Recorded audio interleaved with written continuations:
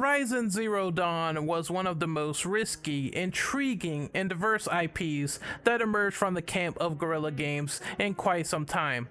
The studio developer that was acquired as a Sony asset didn't do anything new in quite a long time given their track record. When you go back to the past, faster than Samurai Jack on acid, you'll see that Guerrilla Games was the brainchild behind Shell Shock Nom 67 before settling on the Killzone hype train. Guerrilla Games wasn't diversified as your typical Insomniac or Naughty Dog in terms of a good laundry list of new IPs. Maybe the reason why is because Sony kept commissioning more Killzone games even after the closure of Guerrilla Cambridge. Their last penultimate title before closing was Killzone Mercenary on the PlayStation Vita.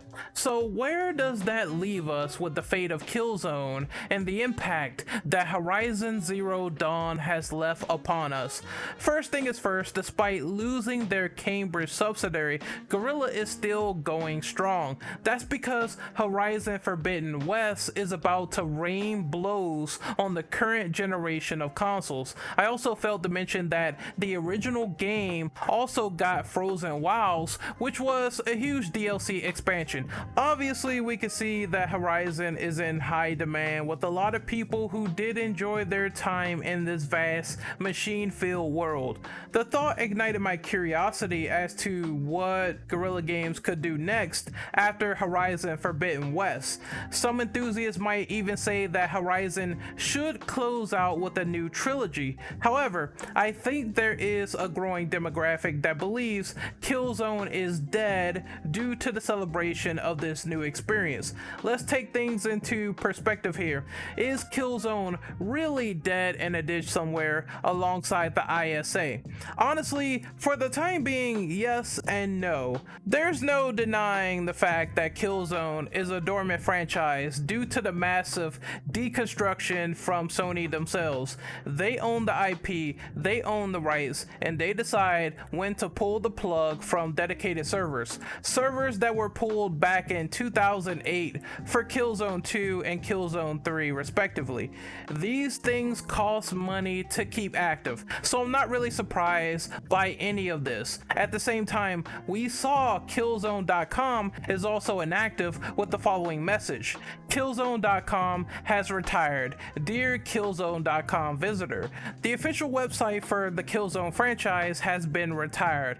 Going forward, visitors to Killzone.com will be directed to PlayStation.com. While this change doesn't affect the online multiplayer modes, player statistics, or ranking data for Killzone Mercenary and Killzone Shadowfall, it is now no longer possible to create or manage clans in Killzone Shadowfall. We apologize for this inconvenience. Thank you to Killzone.com's many fans and visitors throughout the years for their enthusiasm and support. Sincerely, Guerrilla Games. One misfire after the next seems rampant as sin, but I think Guerrilla Games is underestimating the sheer power that the Killzone community has.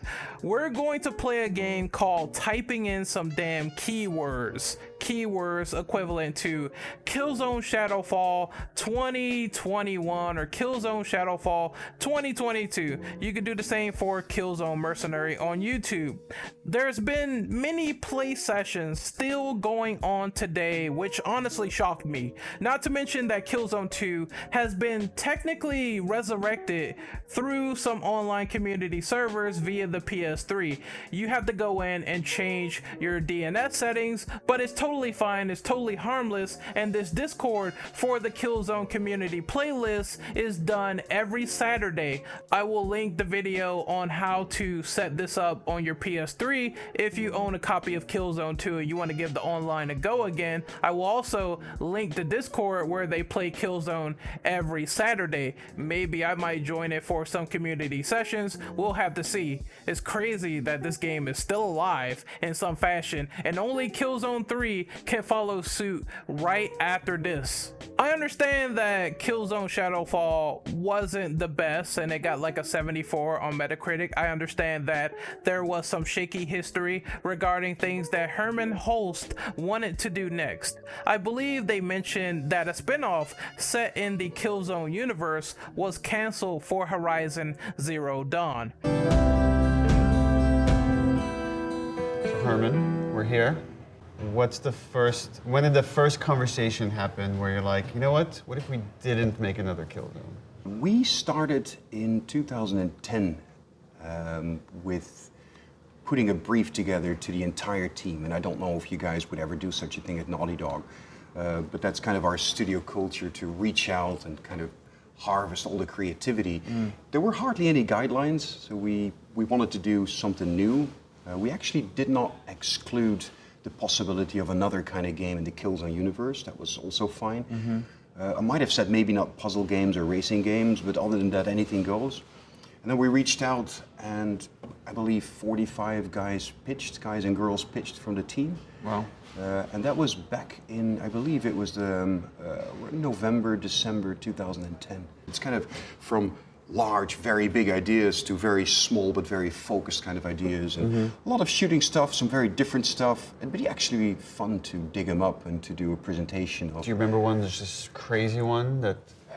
Well, we actually took two of them forward, and one was this kind of steampunk idea that is remarkably similar to the Order that shipped in its style. So very similar in many ways, the setting of it. Some of the ideas for the gameplay of it as well. But we took that and we actually transformed that a little bit more into a superhero kind of thing. It was closer to home for us in terms of the core systems being more in line with a linear experience. And the other one was Horizon Zero Dawn. In that regard, I could see the after effects, I could see the rippling tide of all the implications previously. Could a spin-off for Killzone actually work? The answer is not foreseeable currently, since the gameplay concept is unknown and the team took a riskier approach with Horizon Zero Dawn. Positive nature should be embraced for experimentation. If you don't try something different, then you will be stuck just oiling the same machine with no innovation whatsoever. New IPs can become new blockbuster franchises. At the same time, I don't think that the success for Horizon shatters possibility for another entry in the Killzone franchise. In fact, this scrapped idea for a side project within the world of Killzone could easily turn into a spin-off with strong ties. We live in a world where anything and everything could happen. For example, take a look at how Devil May Cry came to be in the first place. It was a game that was created as an offshoot from Resident Evil 4. However, the concept formed into its own genre of hack and slash combat. Could you imagine like a fast-paced bullet hell sort of deal where you're slicing down the hell gas and it plays equivalent to Metal Gear Rising, some pumping music as you cut down those hell gas scum? I would be floored by this idea. I don't know why you guys at Guerrilla Games aren't thinking of this sooner. I would kill for a Killzone hack and slash, dude. I'm telling you now. Holy shit, that would be so hype. If Guerrilla is hypothetically moving on, then there's some things to take into consideration. Ironically, there was another scrap project that was left on the cutting room floor, and that was a project that looked cool. They proposed a steampunk game similar to the Order 1886, although it was tweaked and refined to meet superhero standards. Superhero games, superhero criteria are in high demand in the food chain, given the saturated industry right now. Take a page from your old pals at Insomniac, because they seem to be doing mighty fine right now with all the results. Third-person shooters aren't dead either, so I think considering how the Order, a decent shooter in my eyes, was an inspiration, then visual and steampunk style would go hand in hand. Series fatigue does happen often with a lot of developers, so I get why this had to happen. We already had Call of Duty on a never-ending slope of yearly releases. Luckily, Papa Phil is coming in there to Scooby-Doo that shit. Anyway, this yearly doomsday did not happen with Killzone. What Killzone needs, however, is a new face of reinvention, a new face of fun and furious multiplayer that could hold the attention of the hardcore and casual market. The story was never fantastic in the Killzone series, other than Renegade being a little badass in the second game, so perhaps a deeper, conspiracy-driven narrative would be something to write home about, as one of the many things they could fix for a new Killzone iteration. I do think that the lack of an engaging story devalues Killzone's credibility. We saw this in the first place, as critics simply labeled it as a mindless shooter. In some ways, this was true. The first one in particular was overhyped to hell and back as the fabled Halo killer. Killzone never pushed Halo off its pedestal since it was a glitchy corridor shooter at its finest. People didn't take Killzone seriously until the series reached its apex credibility with Killzone 2. Some of it was mostly due in part to the graphics presentation still being phenomenal when it first debuted. You had to be there to witness how good that shit was. Even if it was CGI, we all fell for it. Shifting gears back to Horizon, I think it was the perfect time for this pristine uniqueness with an RPG that was beautiful and carved a dangerous picture with the machines all over the world. Horizon Forbidden West might have been the obvious choice, but if the sequel is even more expansive than the first one, then Herman Hulst has a clear poker face here. It's a face that tells you that he can't lose if things turn out good. Aloy is practically the new mascot for the PlayStation brand, so I know Sony would have been foolish not to follow up on the Zero Dawn trend. In conclusion, Killzone still has its perks, and how it stood the test of time after all these years with active servers that really painted a bright picture for the community. Despite teaching a new dog all the tricks it can master, an old dog can still run for a long time. Killzone can always come back at any time, and I think those people saying that the franchise has ran its course are only creating misnomers. There's nothing wrong with having a multitude of IPs that meet quality standards on your resume, because Guerrilla Games could use that blend of creativity to exceed anxiety of what to do next. They already smashed expectations with Horizon Zero Dawn, and we already listed ideas that could be done if Killzone was revisited. There's no dismay to be had unless everything felt effortless. There's a point to be made about Killzone Shadowfall not ranking high on the metrics out there per the reviews. It goes double for Killzone Mercenary doing well in regards to review score, but selling terribly. Sadly, these are corporate decisions at play when dictating what to do with the franchise.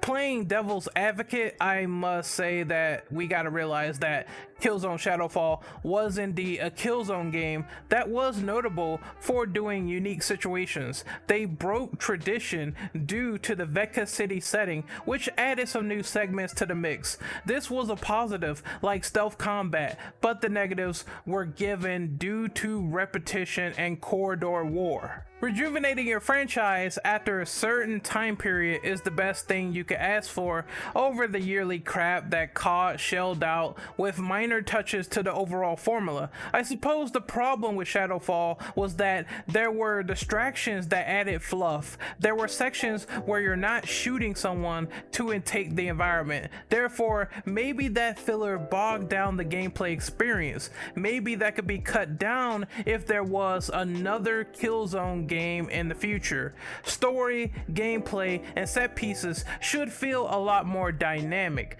I still wish there was a lot more care put into the Killzone IP.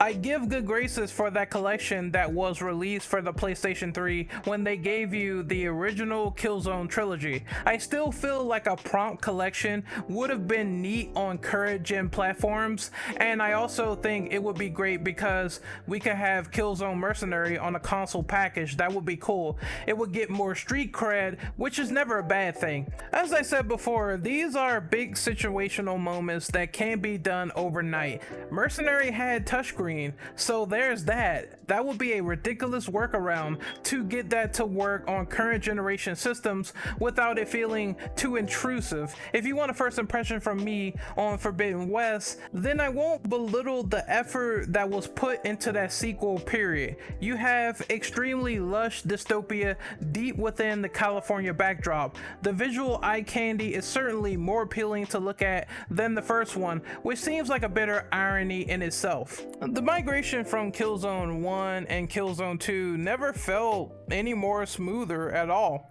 There was some welcome quality of life improvements from everything that I saw with the state of play demo, especially the ability to pull off a fighting game super in Horizon Forbidden West. It was just that crazy. It's just that little fundamental change that makes me jump out of my chair in anticipation. Aloy also had a lot of new mobility options as well that requires the player to think light on their feet when handling a situation. If there's a metallic elephant stampeding in my direction, then I will want to take it out in the fastest way possible. Luckily, there's the pull caster, which is like your standard Batman grappling hook. The shield wing also gives you a slower descent rate to survey the area before you drop.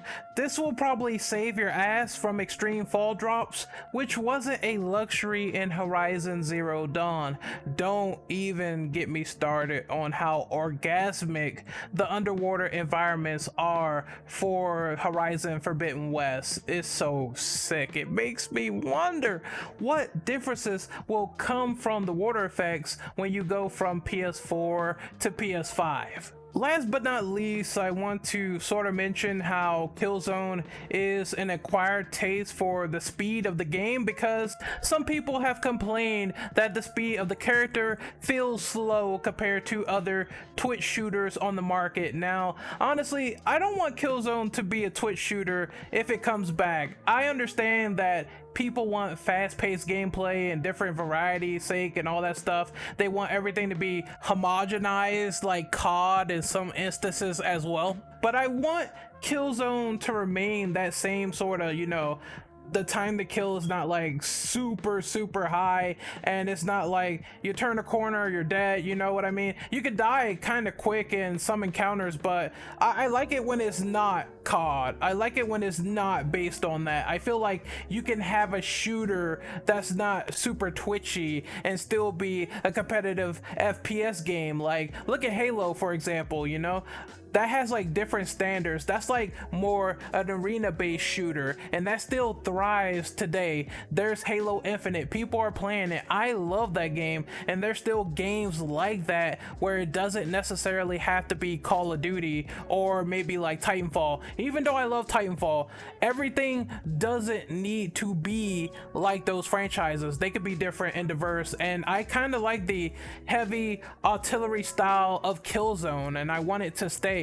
I think maybe it needs to be a little bit more refined, with the turning and everything, maybe at 60 FPS and working solely on that. It could be something very cool if they build on the foundation of the previous games. The main thing I'm worried about is like some of the perks and classes and all that stuff, because I mean, that drone bot in Killzone 3 was busted, dog. I'm telling you, I used to kill people left and right with that thing. However, like I said, you could be different. You could have an acquired taste for something different. I mean, some people don't even like that acquired taste, and I understand that, but it's your personal preference. This is mine. Some people don't like the shotgun spam, the Nasher spam in Gears of War. I do. I love that shit. If it's not for you, then okay, you don't have to play it. Same if it's not for me, okay, I don't have to play it. But at the same time, like I said, this is what I liked about Killzone, and I hope those basic fundamentals apply if they think about making a new one going forward into the future. Just tighten it up, better mechanics, and it will be all good. Chef's fucking kiss, baby. Think about it even more. Microsoft is on top of the world right now with the fact that they bought Activision, so they own COD, Halo, Overwatch, all that stuff. Sony needs more competitive shooters. I want them to bring back Killzone. I want them to bring back SOCOM. I want them to bring back Resistance. The time is now for that type of online environment to thrive. Competition is really good here. Fuck, bring back mag. Let's get it, baby. A new mag refined for the ages. Let's go. 250 something players running around and fucking shit up. Let's go.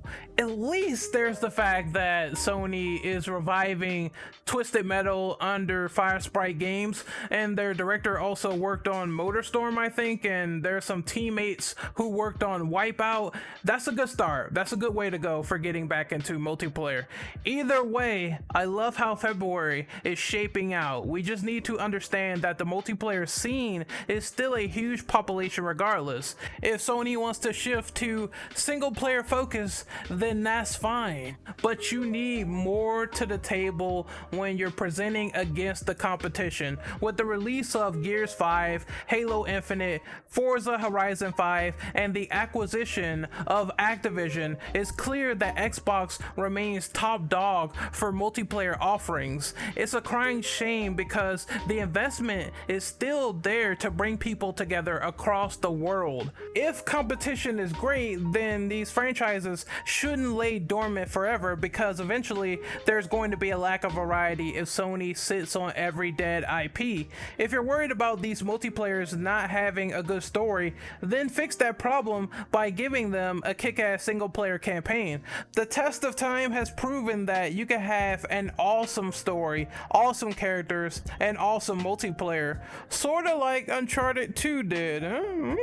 Put in the effort, show us you still care, and trust me, you'll get the job done. Once again, comebacks are unpredictable. So while the first person shooter market is quite oversaturated, that's not to say that the Killzone series didn't produce something worthwhile. Otherwise, it still wouldn't be resurrected with fan servers. It still wouldn't be online with Shadowfall, talked about, or even desired in the hearts of many. Whatever is next for Guerrilla, I sincerely hope that it's a step in the right direction. This is Renegade Operative signing off. Tell me what you thought of the video. Please like, share, and subscribe. It really helps me out. Are you a Killzone fan? Did you play the series? What do you think about it? I just wanted to talk about some hypotheticals and sort of talk about the future of this series and what's going on and how they are getting rid of websites and all that stuff, and how fans are trying to keep this series alive with the Killzone 2 servers. If you have a functioning PS3 and a Discord, you can go into the description below and find out how to reroute your settings on your DNS and how to get into the Killzone fan-made servers for Killzone 2, and they play them, like I said, every Saturday. And if you wanna check out that information, it's definitely down in the description below, how to set it up, where to find people, etc. Once again, big shout out to people at the Killzone community still trying to resurrect these old servers. You guys are well appreciated. I can't thank you enough. I enjoyed my experience. This was my teenage years, man, playing Killzone 2 repeatedly, playing Killzone 3 a lot, and I appreciate you guys for trying to get that back online when Sony's like, no, we're cutting the cord. Thank you so much for trying to restore the history of Killzone. And once again, death to the ISA scum.